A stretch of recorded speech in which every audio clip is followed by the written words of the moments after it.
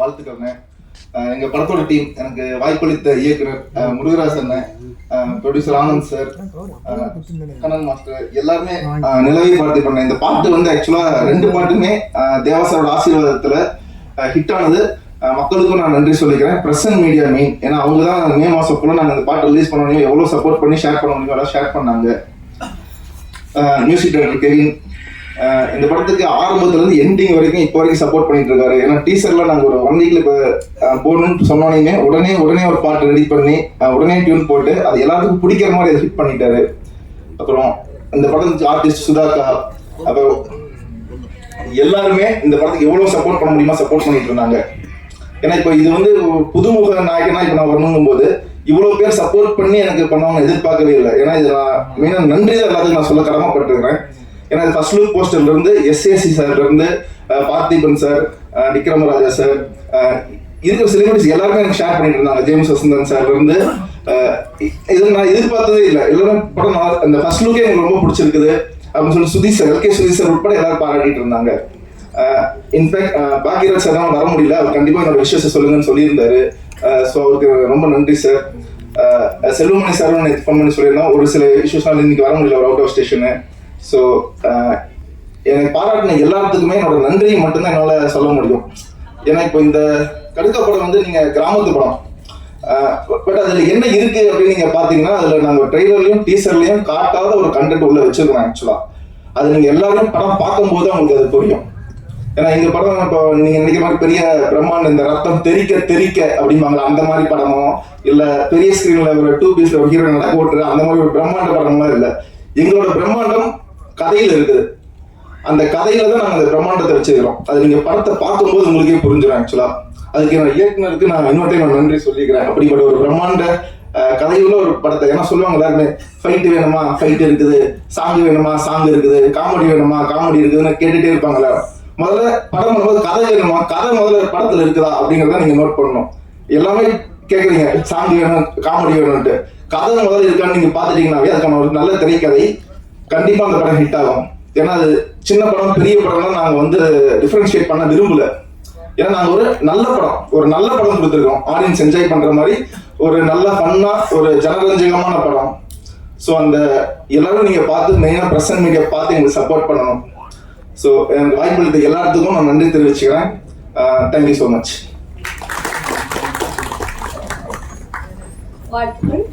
அடுத்ததாக இங்க வந்து பேசக்கூடிய சிறப்பு விருந்தினர் பத்தி சொல்லணும்னா, ஊர்ல இருந்து பேர் வாங்கணும்ட்டு கிளம்பி வருவாங்க. ஆனா இங்க ஒரு கிளம்பி வந்துட்டு ஊர் பேரா வச்சு படங்களை எடுத்து பேர் வாங்கின ஒரு இயக்குனரா வந்து வளம் வந்தவர். இப்ப வந்து பிஸியான நடிகரா வந்து இருக்காரு. நம்மளுடைய பேரரசு அவர்களை படக்குழுவை வாழ்த்தி பேசுமாறு அன்புடன் அழைக்கிறோம்.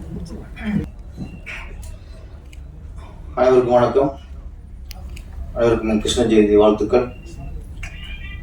கிருஷ்ண ஜெயந்திக்கு ஆடியோ ரிலீஸு, விநாசத்திற்கு படம் ரிலீஸு. படம் ரூட் தான் போய்க்கிருக்கான்னு நினைக்கிறேன். இந்த படத்தை பற்றி நான் சொல்லணும் அவசியம் இல்லை. ஏன்னா அந்த படத்தை ரிலீஸ் பண்ண போகிறது தனஞ்சிங் சார். அவர் ஒரு படத்தை நல்லா இருக்குன்னு சொன்னாலே பெரிய விஷயம். ஆனால் அந்த படத்தை பார்த்து அவரே வாங்கி ரிலீஸ் பண்ணுறாருன்னா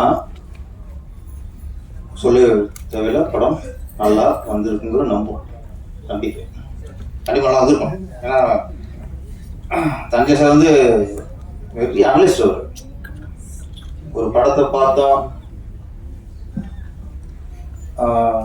பரவாயில்ல நல்லா இருக்கு ஓகே அப்படி சொல்லிட்டு போக மாட்டார். நிறை குறையில அனலிஸ்ட் பண்ணுவார். இல்லை என்ன குறை, என்ன நிறை, என்ன பண்ணியிருக்கலாம். அந்த அன்றைக்கி அவர் ஒரு டிஸ்பிளே மாதிரி அவர் இந்த படத்தை வாங்கி ரிலீஸ் பண்ணுறாங்க போது இந்த படம் கண்டிப்பா வெற்றி அடையும்.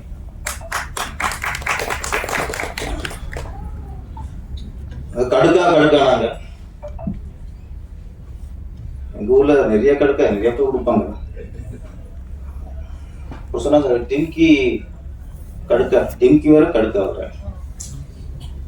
டிங்கிங்கிறது சும்மா அது ஏமாத்தி போகுது. வாரண்ட்டு வரலைங்கிறது, காசு தரேங்கிறது. கடுக்காங்கிறது நம்ப வச்சு ஏமாத்துறது, ஒரு நம்பிக்கை சொல்ற மாதிரி தான். நம்ப வச்சு ஏமாத்துறது அந்த மாதிரி. அப்பெல்லாம் நிறைய கடுக்க ஒரு பையன் ஒரு பொண்ணை லவ் பண்ணா அந்த பொண்ணு சொல்லுவாங்க, ஏற்கனவே 2 பொண்ணுக்கு கடுக்க கொடுத்துருக்கான் பார்த்துருப்பாங்க. அவர் பொண்ணு சில பொண்ணுங்க சும்மா அப்படியே ஒரு டீல் விடுவாங்க. அப்போ சொன்னாங்க, டேய் பார்த்துட்டா ஏற்கனவே 2-3 பையனுக்கு இந்த பொண்ணு கடுக்க கொடுத்துருக்குமாங்க. அவன் உஷாராகணும். கடுக்காங்கிறத சும்மா தான் இந்த அந்த காய் கடுக்க கையாண்டுச்சுன்னா முடிஞ்சு வச்சு, லைஃப் முடிஞ்சு வச்சு. கடுக்கு இப்போ இந்த படத்தில் வந்து 2 ஹீரோ, இந்த 2 ஹீரோவுக்கு யார் இந்த ஹீரோன்னு யாருக்கு கடுக்கா கொடுக்குறதுங்கிறது தான் மேட்ருன்னு தோணுது எனக்கு. கதாநாயகி வந்து ஹீரோவுக்கா 2வது ஹீரோவுக்கா கடுக்க கொடுத்தது யாருக்கு? ஆனால் என்னை பொறுத்த வரைக்கும் அந்த கதாநாயகி யாருக்கு கடுக்கா கொடுத்துருக்குன்னா ப்ரொடியூசர் நல்லா கொடுத்துருக்கு கடுக்கா. மேடையில் புலம்புற அளவுக்கு சரியான கடுக்கா கொடுத்துருக்கு. இதுதான் கடுக்கா. கடுக்காக்கு மீன்கிறது நம்ப வச்சு ஏமாத்துறது. நம்ம நடிச்ச படத்துக்கு ஆடியோ ரிலீஸுக்கு வரணும்ல. போஸ்டர்ல ஊரில் நிறைய போஸ்டர் பார்த்தேன். ஹீரோட சைடில் இருக்கா 2 பேரும், இந்த பொண்ணு சென்டராக இருக்கு. அப்படி போட்டு கடுக்கா கொடுக்கணும் பாருங்களேன். நீங்கள் போய் பப்ளிசிட்டி அந்த பொண்ணுக்கு அதிகம் பண்ணுறீங்க, எல்லாம் பண்ணுறீங்க. அதனால கதாநாயகி ப்ரொடியூசருக்கு கடுக்கா கொடுத்து விட்டது.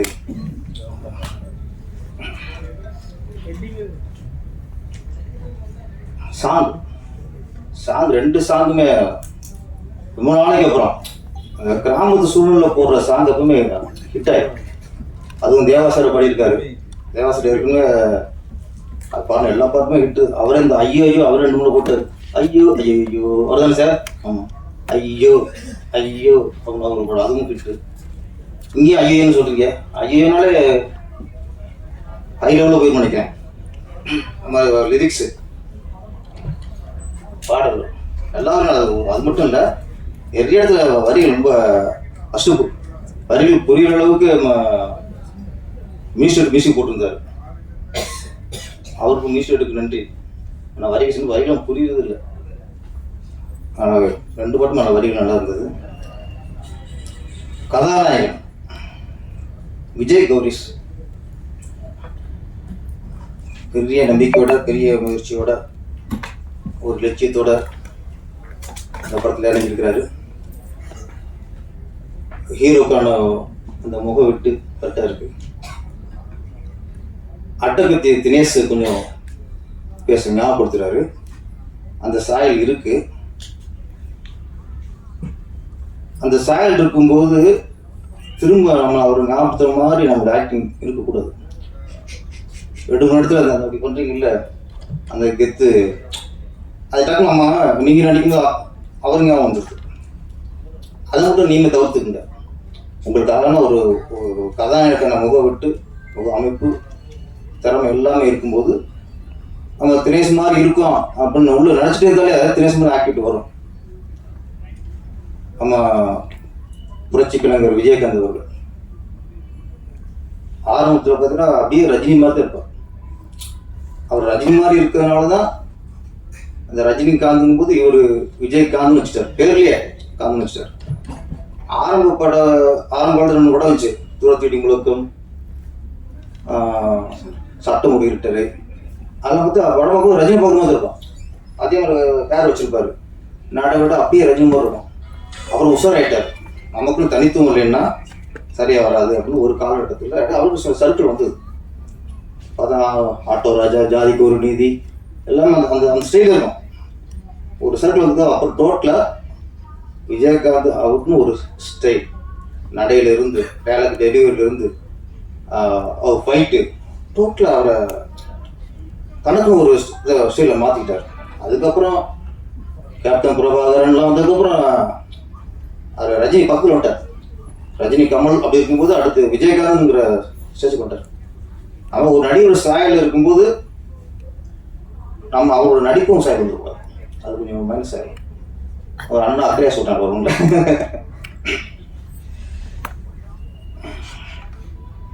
தனஞ்சன் சார் கட்டம் படத்தை எடுத்திருக்கீங்க. ஏன்னா படம் பார்க்கும்போது சில டேரக்டாக பார்க்கும்போது கண்டிப்பாக இது கதையை நம்பி எடுத்த படம், அது நல்லா தெரியுது உங்களுக்கு. இன்னொன்று இணைய தேர்வு சொன்னார், ஏன்னா இப்போலாம் ஒரு நடிகராக அவங்களே ப்ரொடியூஸ் பண்ணி இறங்கும்போது சோழ ஹீரோனை விரும்புவாங்க. இன்னொரு செகண்ட் ஹீரோ இருந்தாலும் விரும்ப மாட்டாங்க. நான் நம்மள நிலைநிறுத்திக்கணும் அப்படின்னு ஒரு இது இருக்கும்.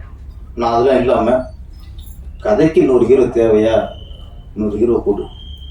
கதைக்கு 4 ஹீரோ தேவையா, 4 ஹீரோ போட்டு. ஏன்னா கதைக்கு என்ன தேவையோ அதை எடுத்துக்கணும். அதை எடுத்துட்டு பண்ணுறவங்க தான் சிறந்த டைரக்டர்.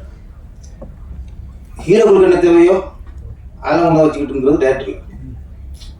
அப்போ நம்ம இயக்குனர் செல்வராசு அதுதானே சாரி குழப்பம் பேசு, முருகதாஸ் மாதிரி வருதா, முருகராசு.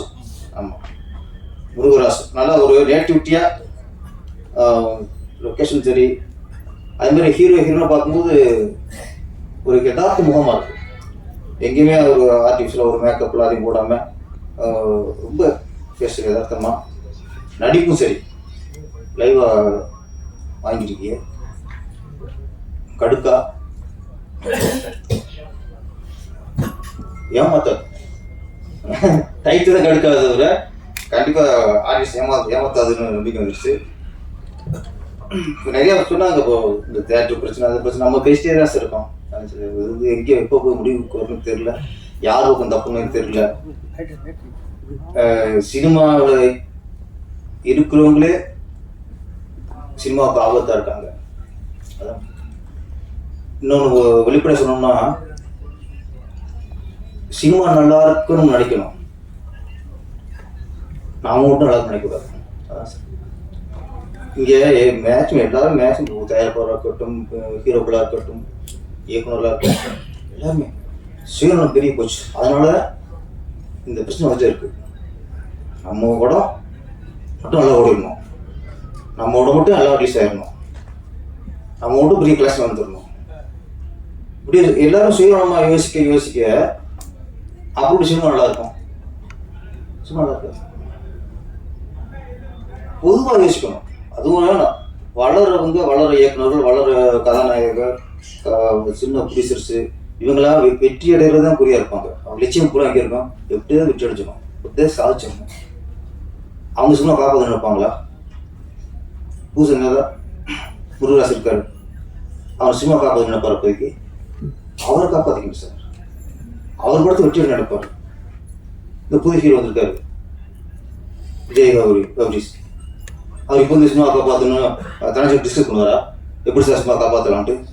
அவங்களுக்கு முதல் படம், இந்த படத்தை எப்படி வெற்றி அடைய வைக்கணும், நம்மளை எப்படி நிலை நிறுத்தணும், நம்ம எப்படி வெற்றி அடையணும், இதில் தான் புது இயக்குநர்களுக்கு, புது கதாநாயகர்களுக்கு, புது தயாரிப்புக்கு கவனம் அங்கேயே இருக்கும். இதில் சம்பாதிச்சு 7 தடவைக்கு அழிக்க முடியாத அளவுக்கு சொத்து சம்பாதிச்சிருக்கோம்ல சினிமாவில்.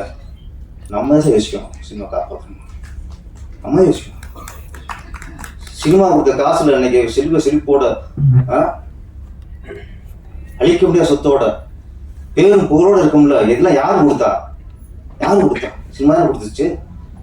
அவங்க யோசிக்கணும் சார். அவங்களாம் யோசிக்க ஆரம்பிச்சாலும் இது ஒரு தீர்வு வரும். நம்ம படம் சம்பாதிச்சா போதும், நம்ம உடல் ரிலீஸானா போதும், அப்படிங்கும்போது நம்ம மட்டும் பணம் எடுத்தா போதும், நம்ம இத்தனை கலெக்ஷன் காட்டினா போதும், நான் எப்படி இருக்கும். அதனால அவர் ஆர்வி சார் இருக்கட்டும், சுபாஷ் சார் இருக்கட்டும், நம்மளாம் இங்கே மேடையில் பேசுகிறோம் ஆதங்கம் தவிர இதுக்கு தீர்வு இல்லை. இதுக்கு தீர்வுங்கிறது சினிமாவில் சம்பாதிச்சு சினிமா புகழோட இன்னைக்கு அப்படி சிம்மாசனத்தை உட்காந்துருக்காங்களே இவங்க எல்லாம். நான் சொல்றேன், டைரக்டர், தயாரிப்பாளர், நடிகர் எல்லாம் சொல்றேன். இதுக்கப்புறம் என்ன சார் சம்பாதிக்க வேண்டியிருக்கு? இதுக்கப்புறம் சம்பாதிக்க வேண்டியிருக்கு? சினிமா வாழ வைக்கணும். நம்மளை வாழ வச்ச சினிமாவை நாம வாழ வைக்கணுங்கள, அதுதான் இங்க இல்லை. இன்னைக்கு ஒரு படம் ரிலீஸ் ஆயிருந்துச்சுங்களேன், அது நல்லா இருக்கு நல்லா இல்லை அப்படிங்கிறது அடுத்த விஷயம். ஒரு படம் விமர்சனத்துக்கு உள்ளானதான், யார் நடிச்ச படமா இருக்கட்டும். ஒரு படம் வெளியே வந்துட்டாலே அது விமர்சனத்துக்கு உள்ளான படம் தான். ஆனா அந்த படத்தை பத்தி விமர்சனம் இருக்குன்னு தவிர இன்னைக்கு அப்படி இல்லை. இந்த படம் ஓடக்கூடாது, இந்த படத்தை ஒழிச்சிடணும், இந்த படத்துல மக்கள் போய் பார்த்துடக்கூடாது, இந்த வன்மத்தை கத்துறதா இன்னைக்கு நிறைய விமர்சனங்கள் இருக்கு. நிறைய ஒரு படத்தை விமர்சனம் பார்க்கும்போது நல்லா ஃபேஸ்புக்கில் பார்த்தா ஒரு பத்திரிகையாளர்கள் விமர்சனம் பண்ணுவாங்க, சில மீடியாக்கள் ஒரு தரமான மீடியாக்கள் அவங்க விமர்சனம் பண்ணுவாங்க. அப்போ அதை பார்ப்போம். அப்போ அவங்க சரியாக நிறைய குறைகள் எடுத்து சொல்லுவாங்க, பத்திரிகையாளர்களும் சரி மீடியாக்களும் சரி. ஆனால் இன்னைக்கு படம் பார்த்த எல்லாருமே விமர்சகர்கள் ஃபேஸ்புக்கில் விமர்சனமாக போய்கிட்டு இருக்கு. அதுவும் நல்லபடியாக ஆச்சரியம். நான் படம் நல்லா இருக்க நல்ல கொடுத்த நீங்கள் நல்லா சொல்ல அது சொல்லணும்னு சொல்லலை. வன்மமாக சார் கேவலமாக திட்டுறது. வெகுலாம் பெரிய சாதிச்ச மாதிரியும் மிகப்பெரிய வெற்றி கொடுத்த மாதிரியும் சரியா சொல்லிடுறாரு. எவ்வளோ மேட்ச் முடிஞ்சது, யார் உங்களுக்கு சரியாக சொல்ற அந்த வன்மம் தான் சார். வன்மத்தை வாங்கி எடுக்கிறது இன்னைக்கு இதாக இருக்குது. இதை தடுக்கணும் சார். நான் சொல்றது, நீங்கள் நம்ம படம் ரிலீஸ் பண்ணுறோம், அடுத்த சார் இன்னைக்கு ஒரு படத்தை இதில் வந்து ஒரு ஜாதி ரீதியாகவும் சில விமர்சனங்கள், ஒரு படத்தை அவன் பிடிக்கிற படத்தை ஒழிச்சிடணும். மத ரீதியாகவும் இன்னைக்கு விமர்சனம் வருது, அரசியல் ரீதியாகவும் இன்னைக்கு விமர்சனம் வருது. ஒரு நடிகர்கள் இன்னொரு நடிகர்கள் இந்த மோதல் ரீதியாகவும் விமர்சனம் வருது. ஒரு படத்துக்கான விமர்சனம் இல்லை. இதுதான் இன்னைக்கு நடக்குது. ஒருத்தன் பிடிக்காத ஜாதிக்கான படம் தான் இது எப்படியா ஓச்சமும் வரிஞ்சு கட்டிட நினைக்கிறாங்க. ஒரு பிடிக்காத நடிகருக்கு படம் தான் எப்படி ஓடக்கூடாது அதுக்கு வரிஞ்சு கட்டிட்டு விமர்சனம் பண்றாங்க. விமர்சனங்கிறது அது ஒரு நியாயம் இருக்கணும்ல, உன் வன்மம் இருக்கக்கூடாதுல்ல. இன்னைக்கு அதை முடிச்சா போகும் சார். நீ அதை முடிச்சா போதும். இன்னைக்கு அதை ரொம்ப ஜாஸ்தியா இருக்கு. அப்புறம் தியேட்டர்கள் ஒதுக்குறது இதெல்லாம் அப்புறம் பார்த்துக்கலாம். அதாவது உதயகுமார் சார் அவர் நம்ம பேசிட்டே இருக்கோம். இதுக்கு ஒரு சீக்கிரம் நம்ம வந்து ஒரு நடிகர்கள் எல்லாருமே சின்ன படங்களையும் வாழ வைக்கணும். பெரிய படங்கள் வந்து அவங்க போட்ட காசை எப்படி வசூல் பண்ற திட்டம் போடுறாங்க, அதில் சின்ன படம் நசிங்கிடக்கூடாது. அதுக்கும் சில வழிமுறைகள் தான் போன வாரம் ரிலீஸ் ஆயிடுச்சு. சின்ன படங்கள் உண்மையிலேயே போனோட அக்யூஸ்ட் நல்ல படம். சரண்டர் ஒரு படம் சிறந்த படம். இல்லை ஹிட்டு வந்துருச்சு. முதல் பக்கம் எல்லாமே நல்ல படங்கள் தான். சில படம் ஹிட்டும் ஆயிருக்கு.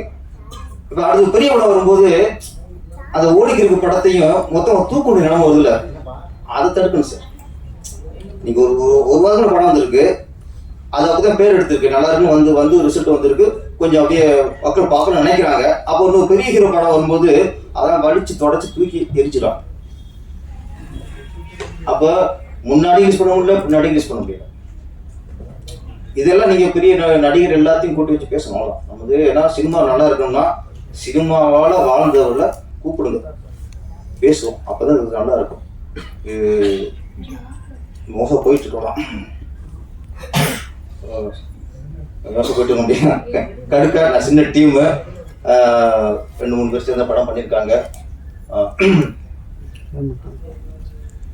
தாஞ்சி சார் கண்டிப்பா இந்த படத்தை கரெக்டாக ரிலீஸ் பண்ணி சரியான வெற்றி அவங்களுக்கு வாங்கி கொடுத்துருவாரு.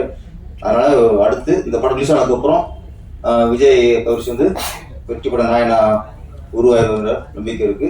இந்த படம் வெற்றிக்கு அப்புறம் நிச்சயம் இந்த குடிசைலாம் திரும்ப அடுத்த படம் ஆரம்பிச்சு தொடர்ந்து வெற்றி படங்களாக கொடுங்க, நல்ல படங்களாக கொடுங்க. கதை தான் முக்கியம். அது மக்களாம் புரிஞ்சுட்ட வரைக்கும் இன்னைக்கு வந்து பட்ஜெட் பெருசா அதெல்லாம் இல்லை, கதை நல்லா இருந்தால் வருவாங்க. 2-3 வருஷமா நல்ல கதையும் சொல்லப்படலாம் ஓடி இருக்கு. மக்களுக்கு இந்த குறைவே இல்லை சார். நான் குறை சொல்றேன், மக்களும் குறையில. லபர் ஓடிச்சு, குடும்பஸ்தனம் ஓடிச்சு, எத்தனை வருஷம் படம்லாம் ஓடி ஓடி இருக்கு, எல்லாம் வந்து ஓடி இருக்கு. சின்ன படம் நல்லா இருந்துச்சுன்னா ஒரு படமா இருந்தா ஓடுது சார். படம்ன்ற பேர்ல நம்மளை போட்டு குத்தி குதறினாங்கன்னா ரிஜெக்ட் பண்ணிடலாம். கண்டிப்பா கடுக்கா நல்ல படமா இருக்கும், வெற்றி படமா இருக்கும். எல்லாருக்கும் வாழ்த்துக்கள். நன்றி, வணக்கம்.